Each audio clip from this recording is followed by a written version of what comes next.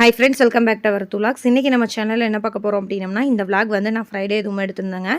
Friday எனக்கு எப்படி போயிருக்கு அப்படின்னு சொல்லி இந்த விளாகில் போய் பார்க்கலாம். அத்தை கொஞ்சம் உடம்பு சரியில்லை அப்படின்லாம் சொல்லியிருந்தேன்லங்க, அது என்னாச்சு அப்படின்றது வீடியோக்குள்ளே போய் பார்க்கலாம். ஃப்ரைடே மார்னிங் எந்திரிச்சதே ஒரு 7 o'clock தாங்க எந்திரிச்சேன். எந்திரிச்சோன்னே நான் போய் என்னோடய சமையல் ஒர்க்கை பார்த்துட்டு இருந்தேன். பின்னாடியே வந்து மகிழினியும் வந்து எந்திரிச்சிட்டா. ஏன்னா ரித்வினுக்கு 8:30க்கு வேன் வந்துடும். கொஞ்சம் வேகமாக என் வேலையை வந்து பார்த்துட்டு இருந்தேன். பாப்பா எழுந்திரிச்சு பின்னாடியே ஓடி வந்தா, போய் அண்ணனை எழுப்பிவிடு பாப்பா அப்படின்னு சொன்னனால வந்து பாசமாக அவங்க அண்ணனை கூப்பிட்டு எழுப்பிட்டுருக்கா. உங்கள் அப்பாவை பாரு,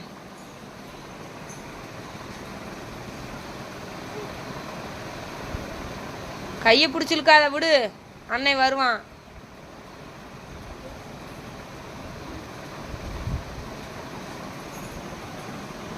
குட் மார்னிங் மணிகண்டா. போய் எங்கள் அம்மாவை கூப்பிட்டு வரேன். மணி 11 ஆச்சு. மணி 11 போக ஒரு 2:30 ஆமாம், 3 மணி நேரம் ஆகுங்களா? 3 மணி நேரம் ஆகும். அங்கே 2:30க்கு எடுத்து 3:30க்கு எடுத்தா ரிட்டன் வர 6:30 ஆயிரம் நினைக்கிறேன் தோராயமா. சரி பார்ப்போம். பர்ஸ் எடுத்துக்க. இதுக்கே செலவு சாதாரண விஷயம், அதுக்கே செலவு வச்சு முடிச்சாயிருங்களா? இங்கே யாருங்களேன், அந்த பொம்மைக்கு ட்ரெஸ்ஸை போட்டு விட்டு ட்ரெஸ்ஸு நல்லால வேறு ட்ரெஸ் எடுத்துக்கிடுன்னு உரியாடுறா. யாராச்சும் வீட்டில் இப்படிலாம் நடக்குமா? ஏன் மகியமாக இப்படி பண்ணுற? மகியம்மா டார்ச்சல் நாளுக்கு நாளுக்கு அதிகம்தாங்க ஆகுது. ஏன் அப்படி சொல்கிறேன் அப்படின்னா, இந்த ஒரு பொம்மையை எடுத்து கையில் வச்சுக்கிட்டாங்க. அந்த பொம்மைக்கு ட்ரெஸ்ஸை போட்டு விட்டு பாப்பா தூங்கு அப்படின்னு சொல்லிட்டு கொண்டு போய் பெட்டில் வந்து படுக்க வைப்பா.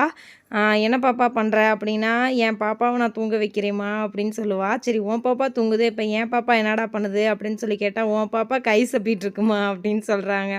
இவளை வச்சுட்டு என்னங்க பண்ணுறது? நம்ம கிச்சனில் இருந்துட்டு கேட்டோம் அப்படின்னா இந்த மாதிரிலாம் ரொம்ப நக்கலாக பதில் பேசிக்கிட்டு உட்காந்துக்கிட்டு இருக்கா. பால்வாடி வந்து போயிட்டு இருந்தா, அப்போ திடீர்னு வந்து அங்கே கொஞ்சம் வந்து ரொம்ப சேட்டை பண்ணுறான்னு மிரட்டியிருப்பாங்க போல். உடனே நான் போக மாட்டேன் அப்படின்னு சொல்லிட்டு ஒரே ஆடம். இல்லாட்டி நீ வந்து உட்காருமா அப்படின்னு சொல்லிட்டா. சரி இன்னும் ஒரு 1-2 days ஆகட்டும் அப்படின்னு சொல்லிட்டு தான் நானும் வந்து வீட்டிலேயே உட்கார வச்சுக்கிட்டு இருக்கேன். நானும் இருத்தண்ணா வீட்டில் இருக்கட்டுமா? நீ அப்பா மட்டும் போங்க. சரி அழுகட்டுமா? நீ அழுக மாட்டேல அம்மாவை காணோம்னு? சரி நான் போகிறேன். நான் ஊருக்கு போகிறேன்.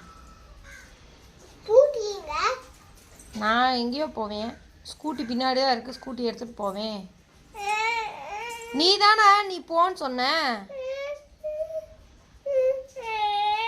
நீயே போட்டுவிடு பாப்பாவுக்கு ட்ரெஸ்ஸு. 5 hours later. பார்க்கவே இல்லை. மசாஜ் பண்ணி விட்ருக்காங்க. காலை போட்டு இழுக்குன்னு இழுத்துட்டாங்களா? அந்த உள்ள இருக்க மெக்கானிசம் ஸ்ட்ரக் ஆகிருக்குன்னு நினைக்கிறேன். அது அப்படியே பண்ணி பண்ணி பண்ணி பண்ணி அந்த மெக்கானிசத்தை ரெடி பண்ணியிருக்காங்க.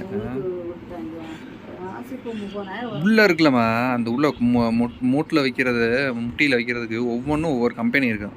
அது என்ன கம்பெனி வச்சாங்க அது மாட்டு இருக்குல்ல. ஆனால் ஃபஸ்ட்டு விஷயத்தில் அந்த பிரச்சனையே இல்லை.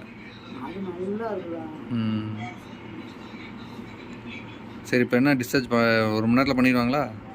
சரி பார்ப்போம். சாப்பாடு கொடுத்தாங்களா?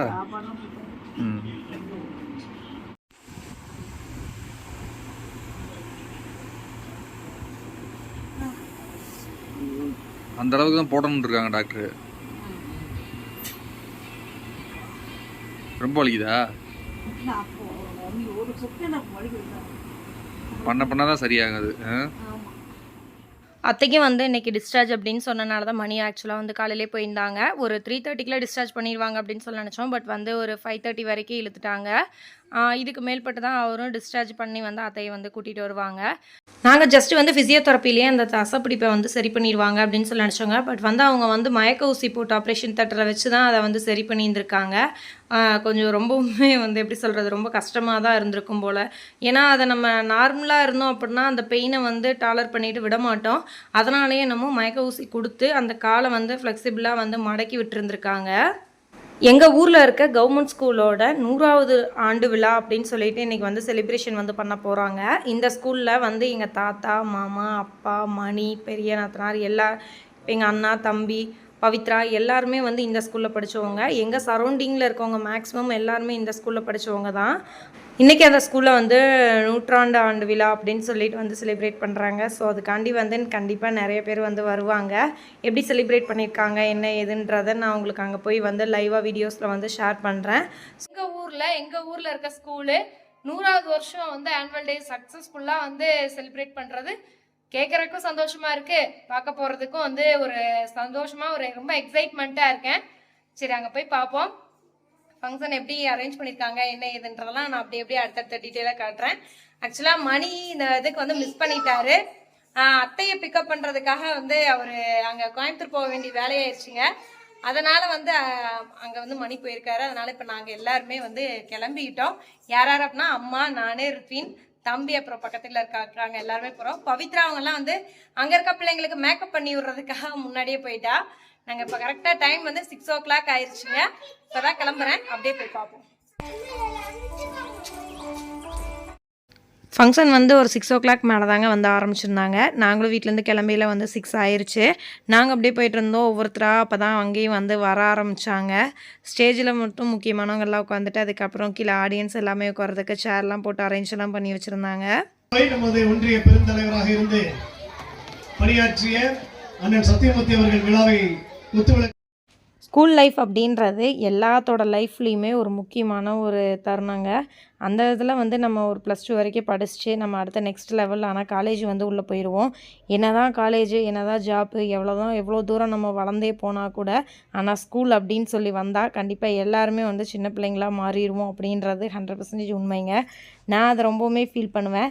என்ன மாதிரி ஸ்கூல் லைஃப்பை எத்தனை பேர் வந்து ரொம்ப மிஸ் பண்ணுறீங்க என்னன்றதை கீழே கமெண்ட்ஸில் சொல்லுங்கள்.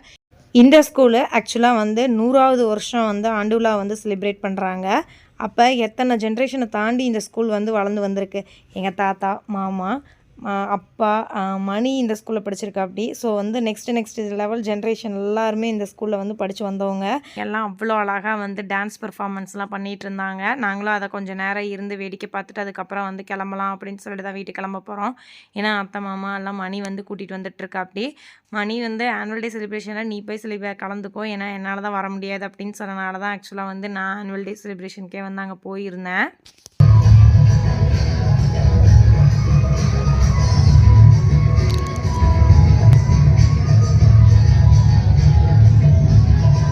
அனைவரும் நீங்க சாப்பாடை வந்து வேஸ்ட் பண்ணிடக்கூடாது.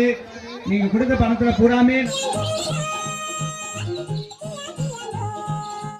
ஃபங்க்ஷன் வந்து ப்ராப்பராக ஸ்டார்ட் ஆகிறக்கே ஒரு 7 o'clock ஆயிடுச்சுங்க.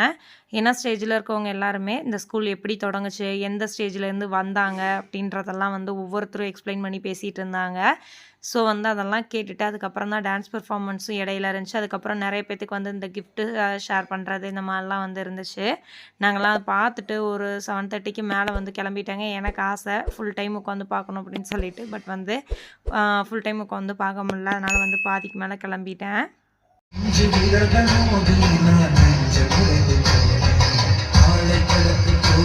ரித்வினும் மகிழினையும் அங்கே போய் அவங்களோட ஃப்ரெண்ட்ஸை பார்த்துட்டு வரமாட்டேன் அப்படின்ட்டாங்க. கொஞ்சம் நேரம் கழிச்சு சரி நீ உட்காந்து பார்க்கலாம் வாங்க அப்படின்னு சொல்லி கூட்டிகிட்டு போய் உட்கார வச்சதுக்கு இல்லை வீட்டுக்கு போகலாம் வாங்கன்னு சொல்லி ரித்வின் டார்ச்சல் பண்ண ஆரம்பிச்சிட்டான்.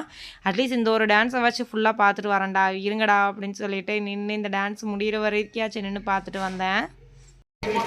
ரித்வினே நின்று போ.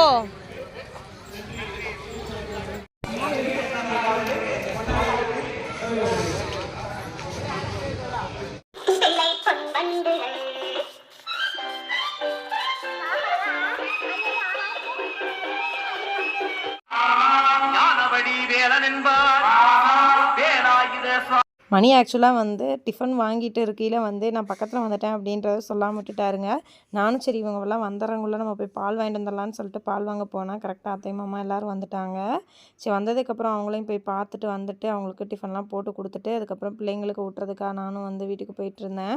அத்தைக்கு வந்து காலுக்கு வந்து நெக்ஸ்ட் 1 மந்த்துக்கு அந்த ஸ்டிக் வாக்கரோடு தாங்க வந்து நடக்க சொல்லியிருக்காங்க. ஏன்னா நம்ம ஆப்ரேஷன் பண்ணோம் அப்படின்னா எவ்வளோ கேர்ஃபுல்லாக இருக்கணுமோ அந்த மாதிரி இருக்கணும் அப்படின்ற மாதிரி சொல்லியிருந்திருக்காங்க.